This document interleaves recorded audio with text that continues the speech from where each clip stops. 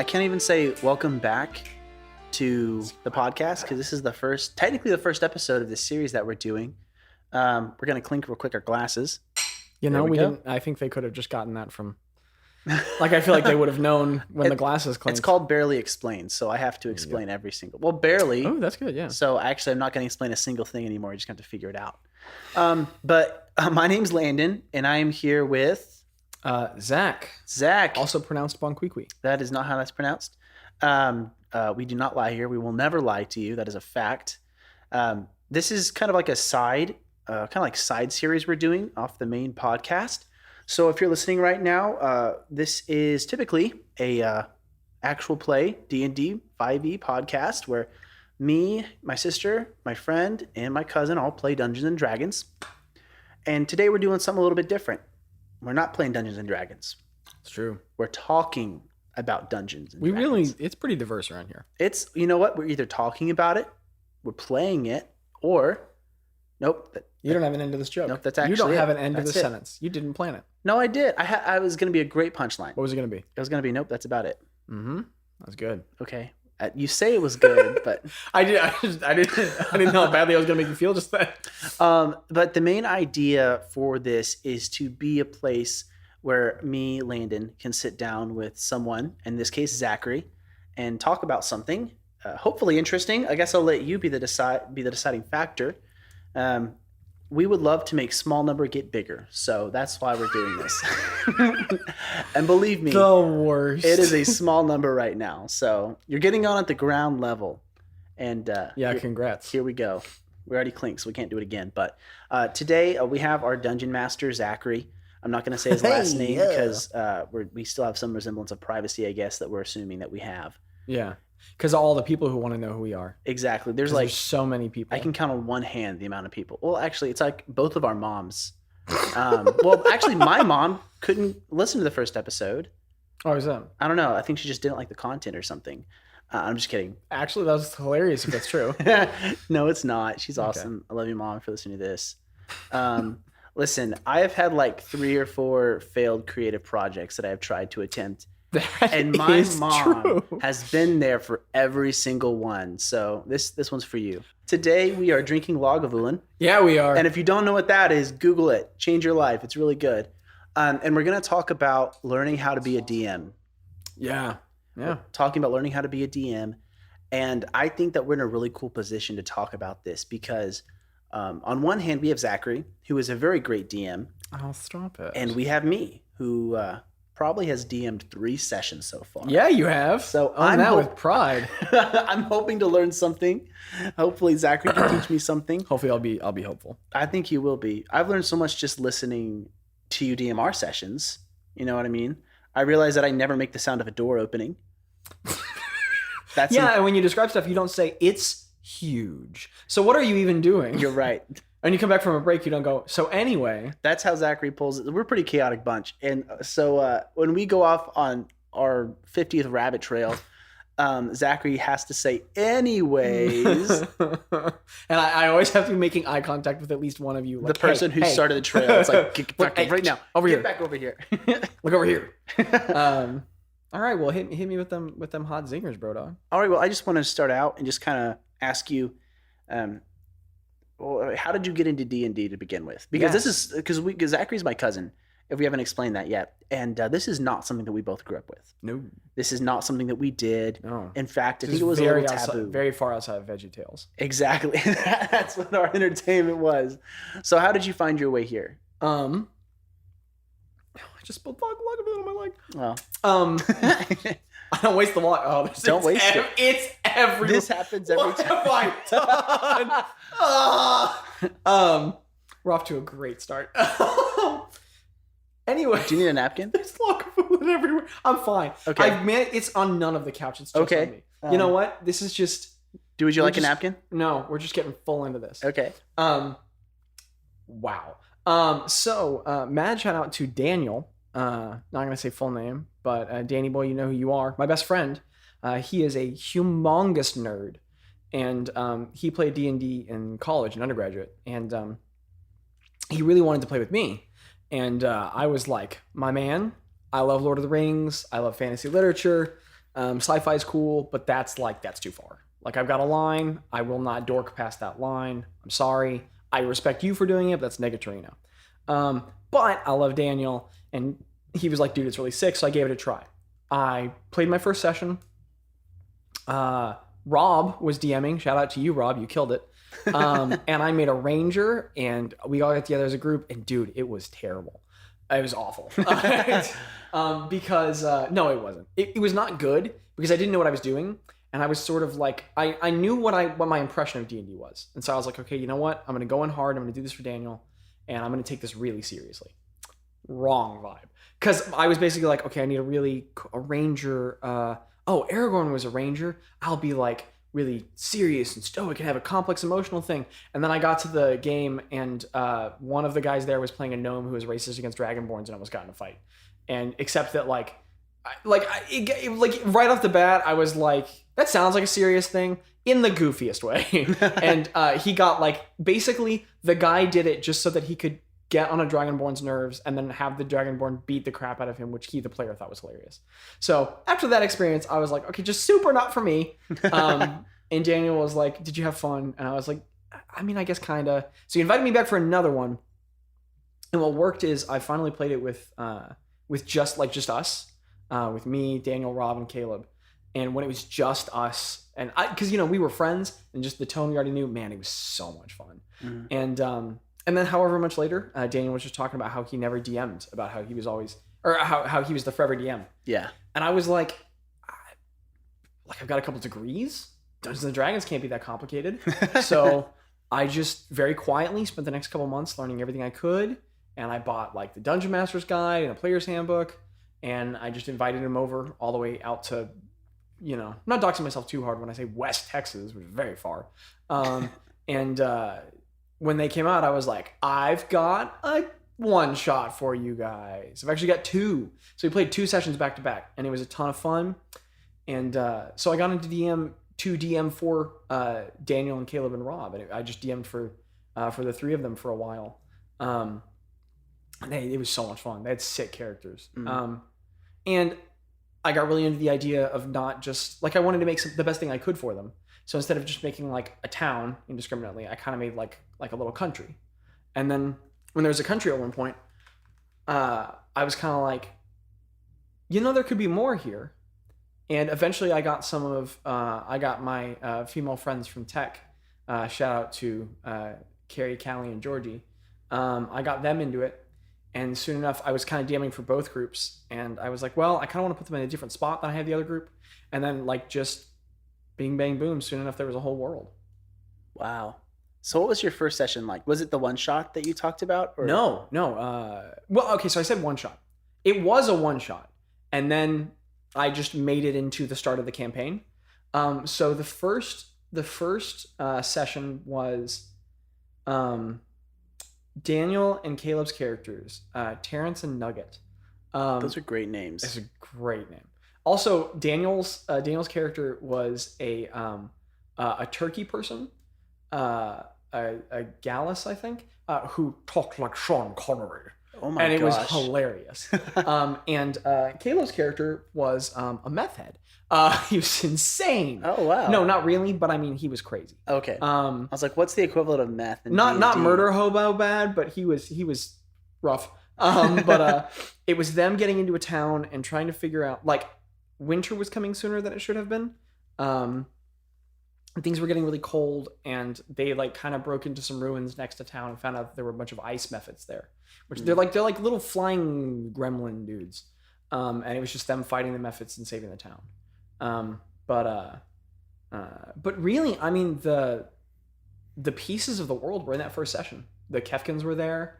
That's where that storyline started out, and all sorts of stuff.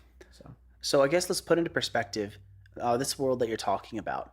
Kind of extrapolate on that more, because I think everybody has a view of what it looked like in that one shot. It was just kind of one location with a few central pieces that ended up lasting over a long period. But what does the world look like now? What does it encompass?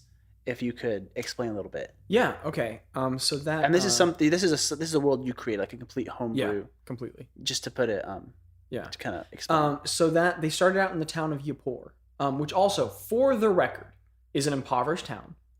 And it was a pun because I used a bunch of Nordic letters. The phoneticism remained throughout the whole nation. But it was you poor. You're poor. No one ever got that. Not in the whole campaign. Kara picked up on it like 8 months later, but no one ever went, oh, because it's poor. It's not a classy joke, but I made it. But so Yapor ended up being the smallest of 6 cities in the nation of Zedge, through which your canonical character actually passed. Yeah. And Zedge ended up being a subcontinent in the northwest, far northwest. And now it is one of probably another like 10 subcontinents among about another 8 larger continents, and like 4 oceans. And there's probably about like 30 separate nations. Yeah. And they have histories and cultural affectations and separate ecologies and stuff like that. Wow. So what did your first session look like? The first one you DM'd? Simple. And actually, you know what? Here's what I could just say like a bunch of details, but if we're sort of talking about how to get into DMing, I think here were the valuable lessons from my first session. Mm-hmm. If you're cool with me. Oh yeah, absolutely. Take so the lead. The first session was really simple. The players showed up and you're never gonna guess a tavern. Wow. And it was the Broken Glass. Which probably exists in a bunch of other campaigns. I'm convinced I came up with it, but I'm sure someone else has done it before.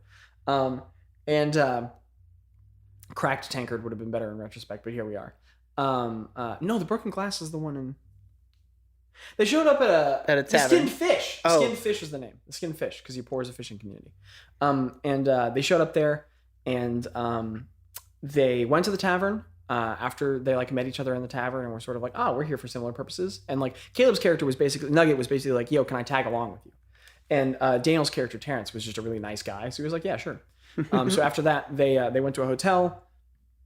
After the hotel, they went to do some training in town. While they were trading, they picked up on some gossip about some issues. They talked to a local community leader. And then he let them in on the hot lead about what might be the problem. They did some more like role playing throughout the day just for fun. And then they found the methods at the end. Fought him, killed him, saved the town. That was the session. And to be honest, just pretty classic. Just very simple, really straightforward.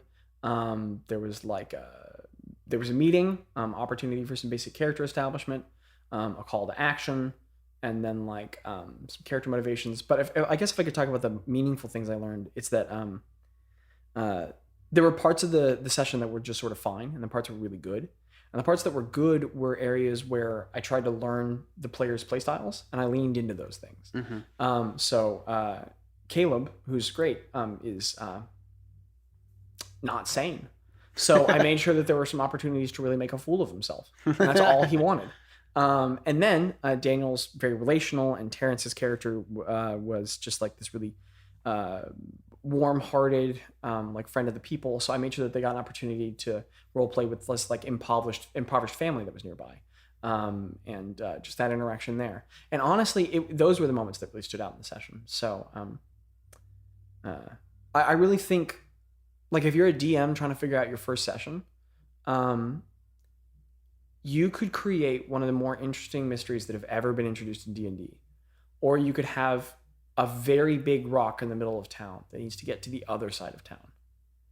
And your players are kind of capable of having equal amounts of fun. I'm not kidding. Mm-hmm. I'm willing to bet you could just put a really big boulder on one side of town that just needs to be on the other side for some undisclosed cultural reason, and your players could probably have a great time just trying to move the boulder across town. The thing that really works is giving players the opportunities to lean into what they love. Mm-hmm. I really think that's really kind of the lifeblood of any session. So if I'm taking notes, which I am taking notes, listening to your players and figuring out what kind of like their goals are or their personality of their characters are.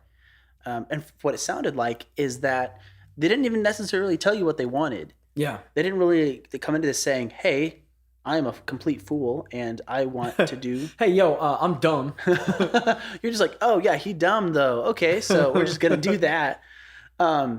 You listened to them, you provided almost like a stage and gave them the opportunity to go as deep as they wanted to, right?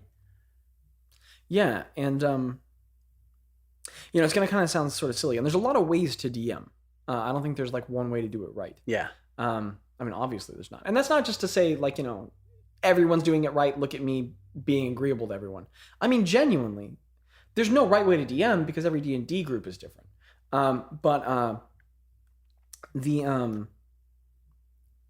So you don't need to take DMing as seriously as I do, but it sounds goofy. But when I decided to be DM, I made a mission statement for myself. I wrote out a goal statement as a DM.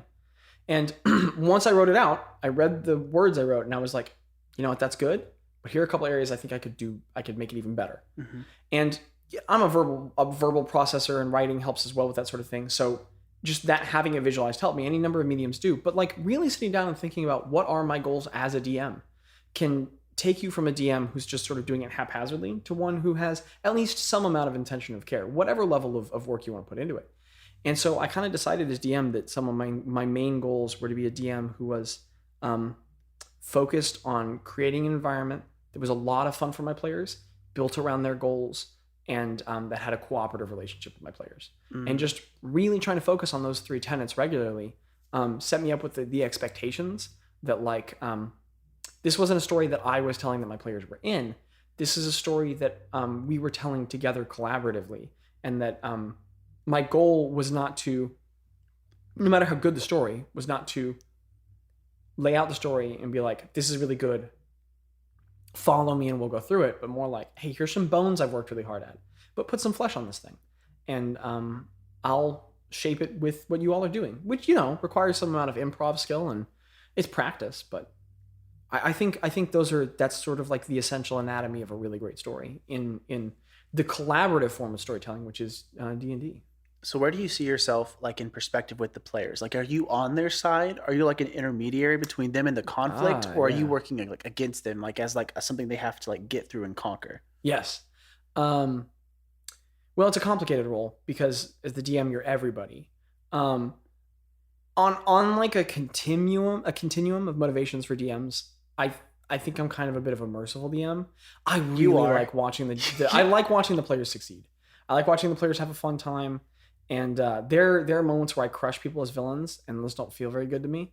But the moments where like when players destroy enemies that I worked forever on, I'm never like, oh gosh. I'm always like, yeah, you did. This is how you chop its head off. Yeah, and I'm like pumped about it. So I think I'm on the side of the players, and there's a lot of ways to DM well, but I think most of the best DMs are, not that the goal is to be the best, but like the DMs who help write the best stories, I think feel like they're on the side of the players. But I guess for a bit more nuance, I think the way that I do that most effectively is sometimes I have to frame it as I'm on the side of the players' stories. So, and it takes, paying attention to them. And sometimes if I'm not sure what a player's doing, if they're into it, I'll just pull them aside and ask them, like what some of their long-term goals are and stuff like that. But oftentimes I try to think about the players in the moment of the session, and when I'm planning, I try to think about, okay, so where is the player trying to go with their story? Sometimes I might need to really kick their butt as a villain, and sometimes they might even be upset with me about that. Or sometimes, honestly, one of the hardest things you can do as DM is just give a player delayed gratification. Yeah. Just have them really want something and then not do that. And again, I think the wrong perspective is sort of to be like, well, I'm the one who has this all figured out. So just like, take a seat, I'll get it done. Just follow in the footsteps. But like knowing genuinely, like if a player has a long-seated conflict with an enemy, and giving them the opportunity that they think is the opportunity to win, and knowing that maybe you're setting up a more complicated relationship in the future. I think maybe one of the most meaningful examples I can give is that like maybe players have a very like, I'm edgy McShadowblade blood guy, the rogue whose family died, and then his adoptive family died, and then his found family died, and then I was in the streets forever, and then I was a dragon, but now I'm a vampire, and my goal is to kill Garfield, the fat orange cat who did all that to me. He did all that to you? He did all that to me. Honestly, I'd be impressed. I wouldn't even be mad. I mean, yeah. So you can be like, okay, I'm gonna reward this player by slowly but surely building up the conflict with Garfield, the fat orange cat, and then eventually they'll slay Garfield, the fat orange cat, who I guess in the context of D&D should really be a beholder. But anyway, that would be really cool if you could make an orange and black with stripes who just really wants to eat everything and hates Mondays. Oh, holy crap! This is kind of a good villain. That's trademark now. You can't take that. You can't do it. It's ours. So that is one way to do that, and also again, it's a question of like try to know what your players want. Don't think that. I think one of the best things you can ever do as DM is not learn how to be a good DM, but to learn how to be a good DM for each. Learn how to be a flexible DM. Mm-hmm. Learn how to be a DM who can create, not who can fulfill everyone's expectations. You'll never do that, but who can get better and better at providing individual experiences that reflect the interests and the play styles of their players. But maybe part of being a great DM to Edgy McEdgelord the Edge Rogue is saying Edge Rogue. The Edge Rogue. That's a subclass. Okay. You just win every conflict. Is that in Tasha's? Yes. No, I'm just kidding. You just have sneak attack and evasion, but for some reason think your subclass isn't good enough. Okay.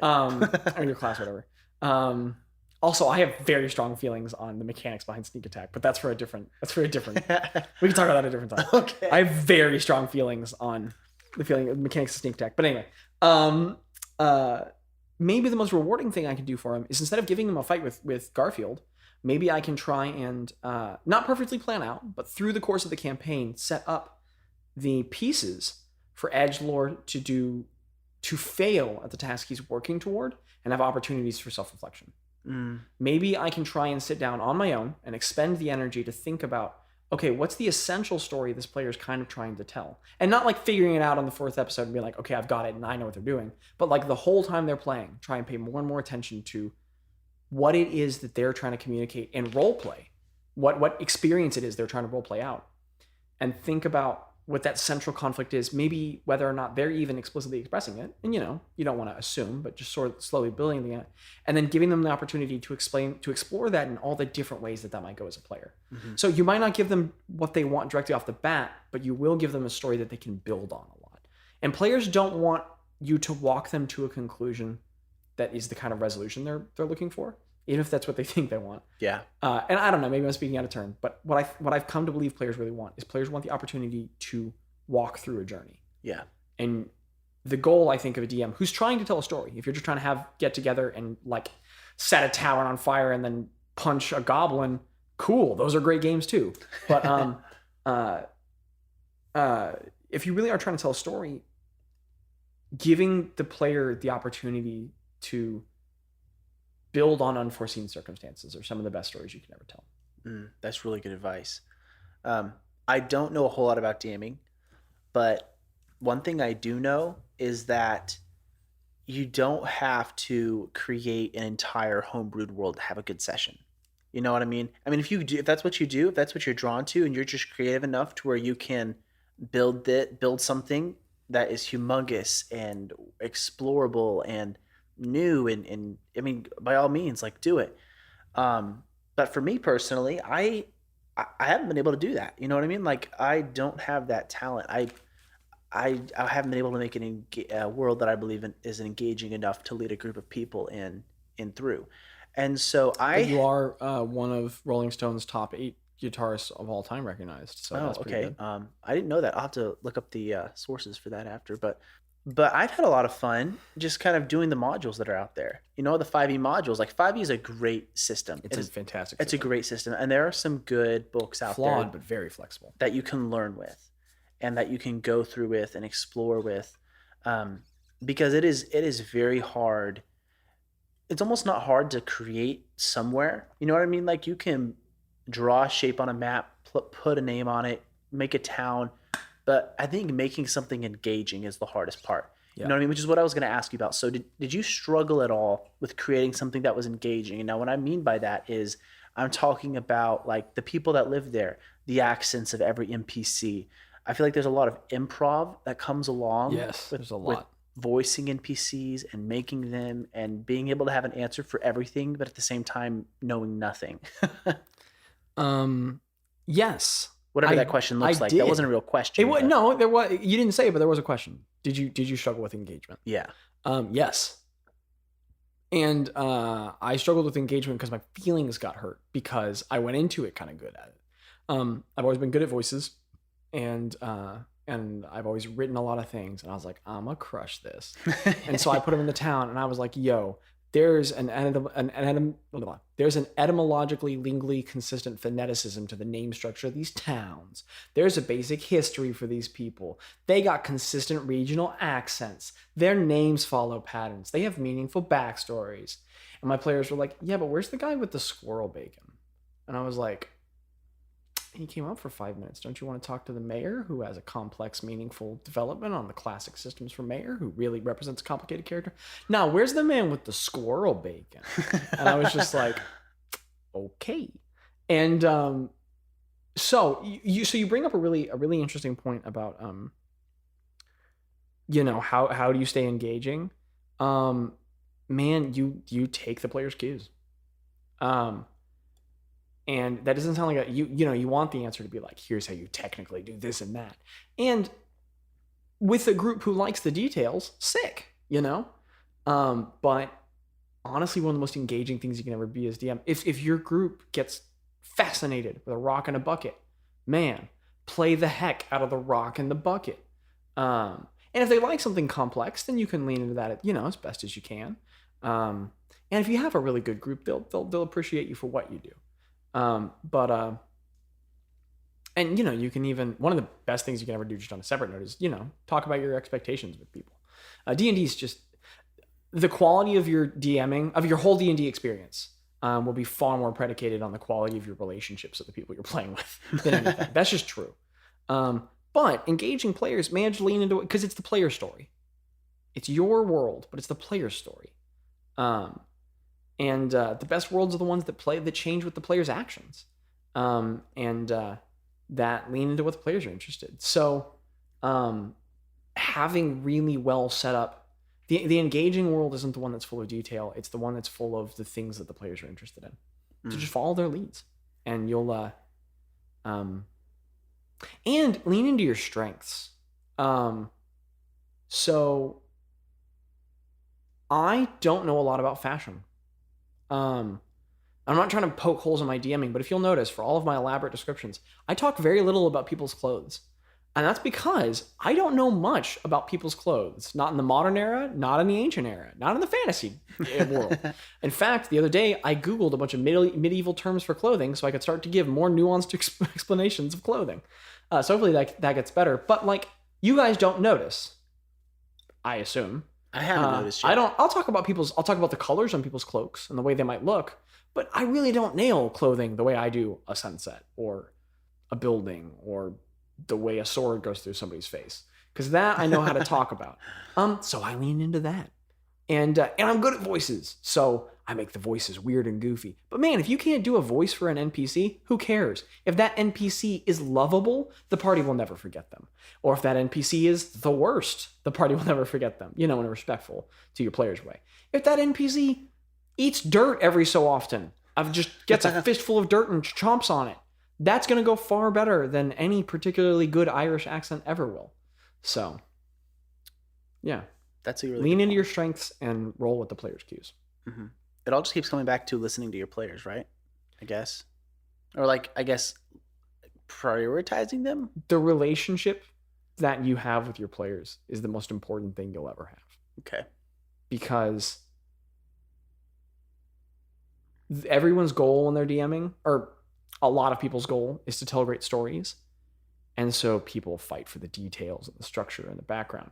But great stories, when you think of your favorite stories, do you think about the city a person was in? And maybe you do. Maybe you think about a really cool setting or set piece. But everyone's favorite thing about every story are characters, because humans are relational. The best stories are the ones with great character, great characters, great character development, great character arcs, great character experiences, moments. And your players are the characters. So working with your players and having good relationships with those characters will inevitably make the greatest stories. And how do you keep those people around? You know what I mean? Keeping a party around for long term is very difficult. And yeah, on the main campaign you do, mm-hmm. Which is actually another podcast, you can find the Away from Table podcast. Away from Table podcast, which Spotify, is also on Spotify. There's a lot of people in that one. Mm-hmm. There's a lot more than I've ever listened to. Yeah, we're at It's a party of 6 with five PCs. Wow, Yeah. that's a lot. So okay, Yes, it is. and how do you keep that going? Excellent question.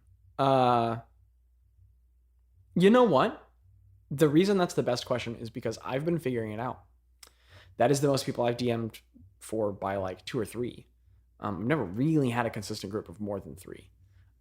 So that's been a learning experience for me. And the best piece of advice I can say, this is gonna sound weird, but right off the bat, is you don't. You make peace with the fact that they may stay or they may go, and you just do your best, and you recognize that their approval or duration in the campaign is not a reflection of your quality as a human being, which sounds really silly. Like on the outside, you're like, dude, of course, it's, you know, a made up game. And then when you've spent 6 hours practicing an accent and going over a story beat and someone doesn't like it, all of a sudden you're like, but I made it for you. So you just make peace with the fact that, like, if people love it, they will, and if they don't, they won't. But then beyond that, the answer I would have given you a couple months ago would have been all about communication with the players. And that is true. You should always have that. But I've actually recently been learning, because recently, one of our players, you know who, but I love you, you're the best, made a really conflict-oriented character. Just difficult. And I was kind of actually excited for that, because one of the mainstays on the channel, Javian, Andrea, I love you. When Javian showed up, he was not a great character. Like he was a very good character, to clarify. But he had all this emotional baggage, and he was kind of difficult. But the story of those 2 characters growing, of like Javian and Janice, 2 of the main characters in the other podcast, which is interesting because people listening to their podcast will come in at like session like 33 or something, adventure 33 or whatever. So at the point that they come in the podcast, Janice and Javian are inseparable. But they started out as like, Janice was straight up trying to give the dude the slip the whole time. And Javian didn't want to be with they had to be together because like higher powers were like forcing them together. Like this malevolent force was going to kill Javian if he didn't follow this random woman he'd never met before, and all sorts of stuff. But the story of resolving that conflict with them has been one of the most satisfying plots in the entire campaign, one of the most meaningful, that informs themes for the whole story. And so when one of our new players hopped in with a slightly more controversial character for a while, the players were kind of like, dude, what you doing? Don't let this happen.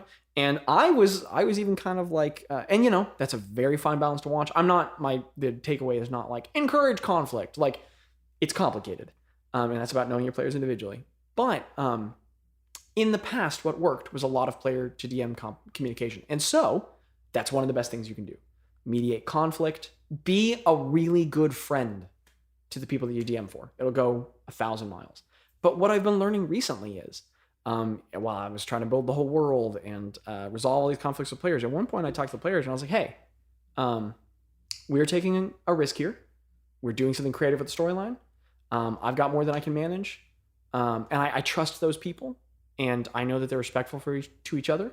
And I was like, I need you guys to get together as players and work out how this conflict is going to go with your characters. And I need you to start communicating with each other. And because I had been intentional about who could come into the group and who could not cherry picking people with styles that I liked or who were maybe like my best friends, but choosing people who I had a lot of confidence would respect each other. That goes a long way. Players who have good conflict resolution skills and who respect other players and who respect boundaries. And then just having grace for each other as we had growing pains and talking those out. We got through an adventure today where there was kind of like a really big character growth moment where there was like a really big conflict. And then for the first time, because these players have been having conflict as long as they've been together, these characters, not the players, but the characters. And today was the first time that they had a really big conflict with each other. And then they like kind of resolved it for the first time and heard each other out. And so being intentional about who you're letting in, and then having clear expectations that you communicate firmly but politely, and then trusting players and encouraging them to work things out with each other. Encouraging communication between both the DM and the players. We're having to figure out communication stuff in our current campaign. You know what I mean? I've had to ask Micah to quit threatening me with a weapon before every session, saying, "You have to call me the Big Mike. You have to call me the Big Mike. If you don't call me the Big Mike, I'll break your legs." She finally signed the contract that said she's going to leave all weapons at home. Yeah, I'm still afraid of her. You guys can't see Micah because it's an audio recording. She's about 7'3", and she's just 500 pounds of pure muscle. These people don't know who Micah is. She still intimidates me without the weapon, but we're working through communication, player to DM communication. Okay. The Big Mike. The Big Mike. Also, Mike, if you ever don't like this joke, let me know and I'll drop it. Okay. I mean, it's written in the player handbook that we all have now, so it's here to stay. Oh, it is. Yeah. I wrote it. You wrote it in the player handbook, so it's. Oops. We had about 3 sessions where Zachary's like, "You really should have a player handbook," and we were like, okay. And then finally, he was like, "I got you a player handbook." You guys kept being like, "That'd be nice," and I'd be like, "Okay, look, I need you guys to know something about your class or characters. Here's a book." Yeah, we used D&D Beyond, which was amazing. It's a phenomenal tool. It is a phenomenal tool, and it's also a great tool if you keep up with it. Yes, but we didn't know anything about what it meant to have a character, like what those stats mean. They were just numbers that D&D Beyond was like, okay, well, here you go, have fun, and we did. And then I think actually just on D&D Beyond specifically, it's like a specific question, but I think D&D Beyond is an excellent resource for people who know a bit about D&D. So I think it's a really great resource. Also, it's it conserves natural resources because you need to print less. It's a fantastic tool. It's really good for mobile games or games at distance. But I really think at least like one player handbook being around and paper character sheets go a long way. And like taking time as the DM to walk with your players through making their first characters and having them bubble in things in their sheets and write down the features and know where things go and why they go. I think it helps players know how their character functions. And it's really good for like every time they have their first martial character or their first caster or something like that. It's really good to go through that explicit process. Yeah, I definitely know a lot more about the mechanics and like why my character does things than before. Okay, so here's another question. What do you do when your players all of a sudden want to make a podcast? That's a good question. It's a vague question. You've had that happen twice now. I've had that happen twice now. That's happened twice independently. I didn't suggest either of the two. You didn't.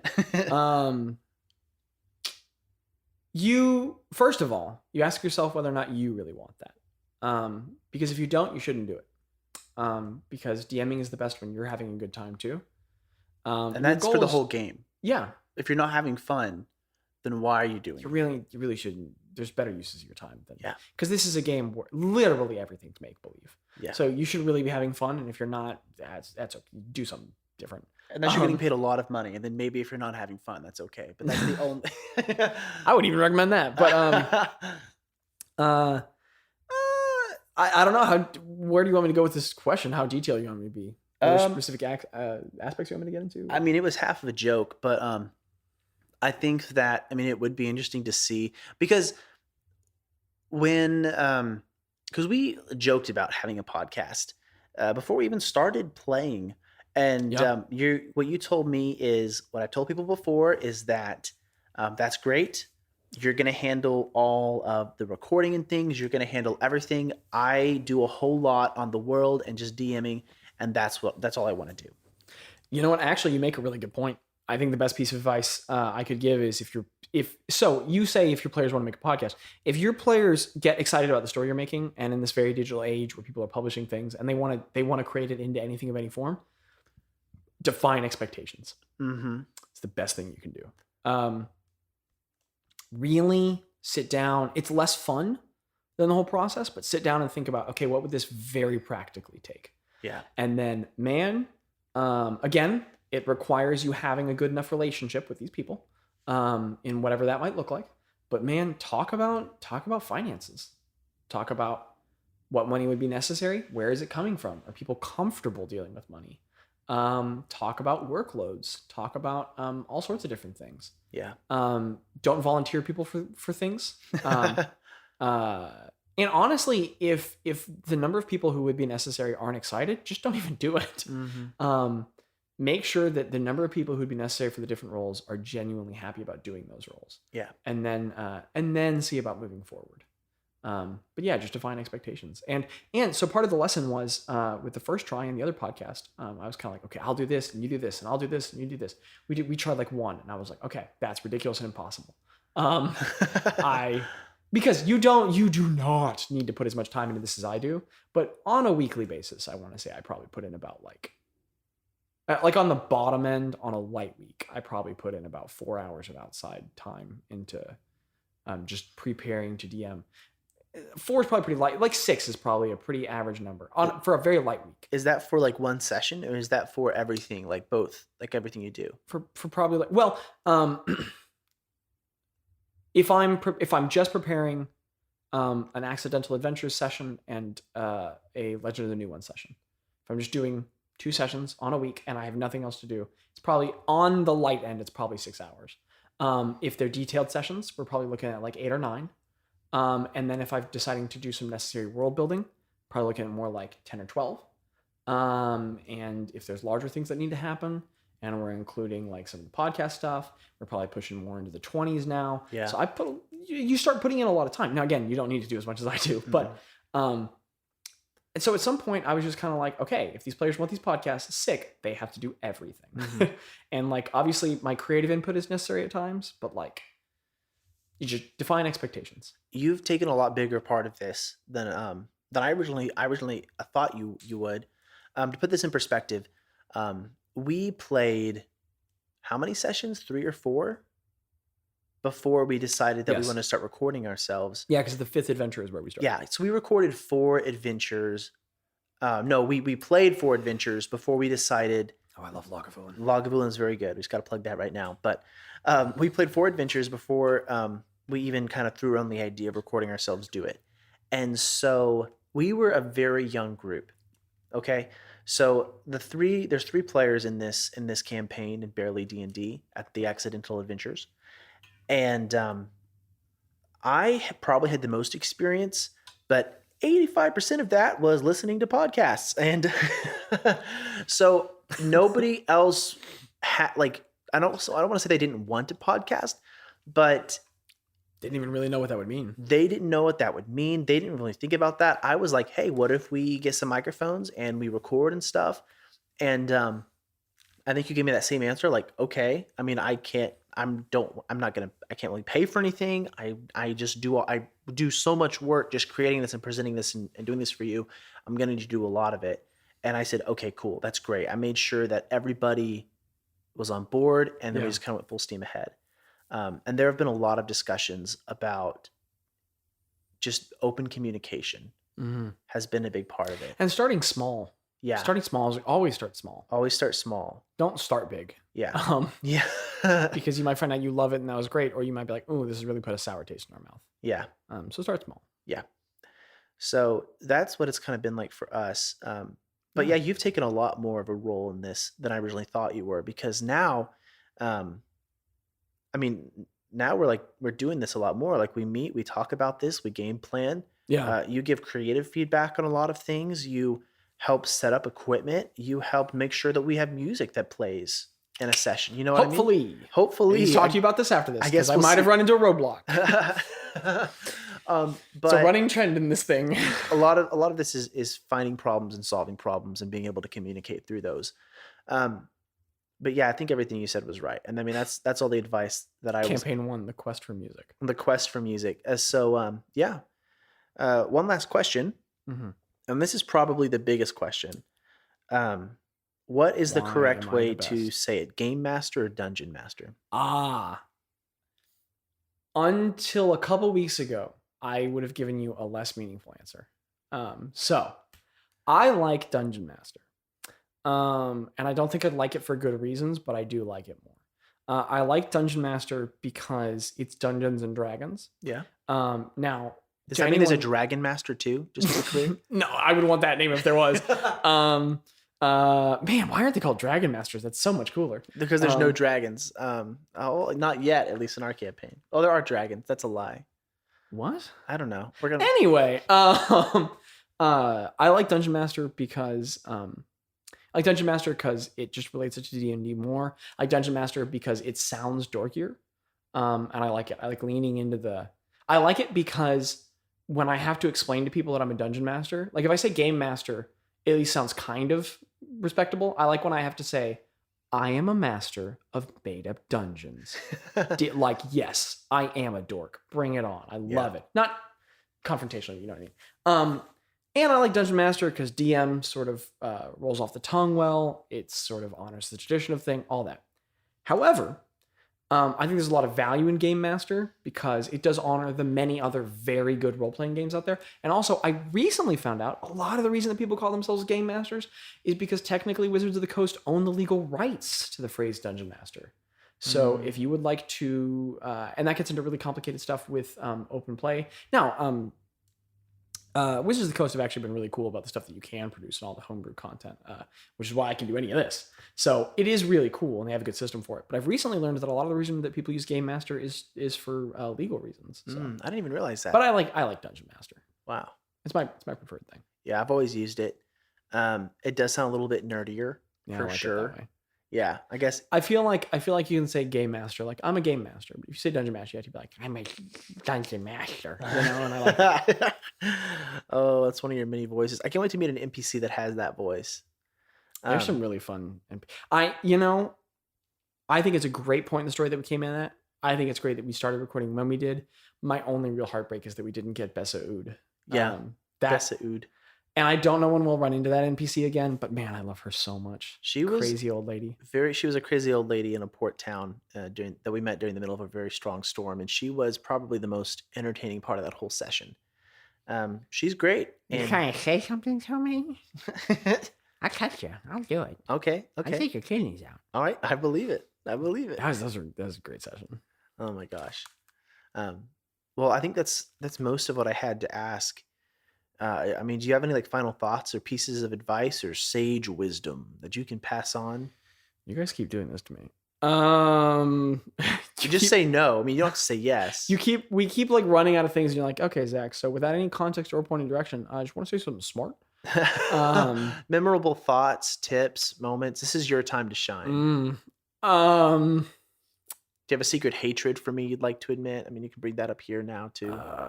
What's a concluding thought? I like that you're just putting me on the pressure like this. You're so good at improvising literally every single thing yeah, of our regular but there's podcast. Usually context for improvisation. Like you guys, like I walk in a room, you're literally like anything. Okay, so let me set the scene. Let me set the scene. You are in the port town of Goltron.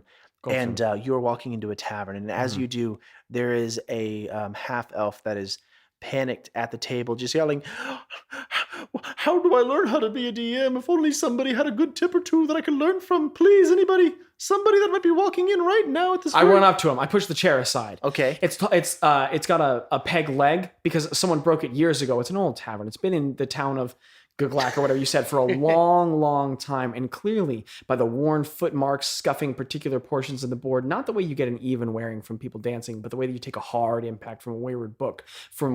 Also denoting the way that the building has been built up on stilts. It's a port town. The ocean can flood in at high tides. You have to be able to build the buildings above the water line so you don't take that water damage. And it's also because it's old and rickety and somebody saved money on the foundation. And where some heavy boot from some worn soldier took a spill in some sort of a drunken tuffle years ago, it chipped the edge of a board.